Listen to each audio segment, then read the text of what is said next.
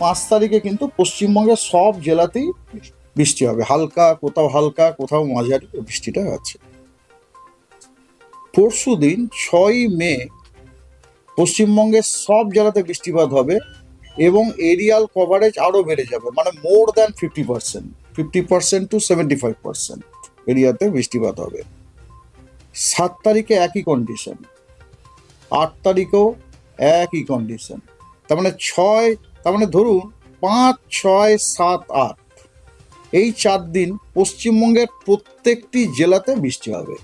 5 তারিখে খালি কি হালকা থেকে মাঝারি, 6, 7, 8 হচ্ছে ফেয়ারলি ওয়াইড স্প্রেড, মানে মোর দ্যান 50% এরিয়া, 50% থেকে 75% এরিয়া জুড়ে বৃষ্টিপাত হবে এবং তারপরে ওটা ধীরে ধীরে কমে যাচ্ছে।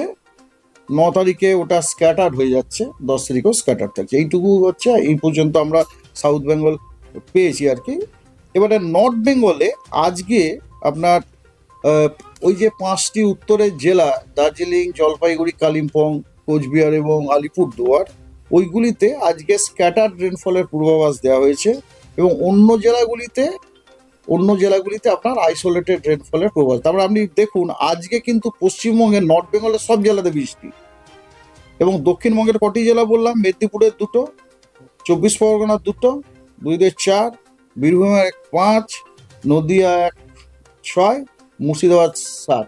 এবার লক্ষ্য করে দেখুন সুন্দর ডিস্ট্রিবিউটেড।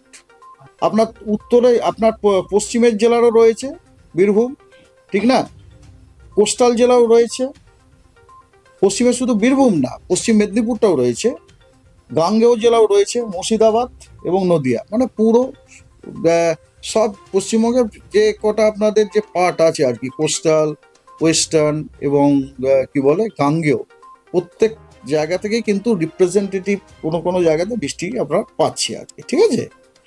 আর দ্বিতীয় দিন নর্থ বেঙ্গলে আসি, দ্বিতীয় দিন মানে আগামীকাল নর্থ বেঙ্গলে ওই যে 5টি ডিস্ট্রিক্ট, ওখানে আপনার ফেয়ারলি ওয়াইড স্প্রেড রেনফলের পূর্বাভাস দেওয়া হয়েছে, মানে অনেকখানি জায়গা জুড়ে, এবং বাকি জেলাগুলিতে আপনার স্ক্যাটার রেনফল দেওয়া হয়েছে।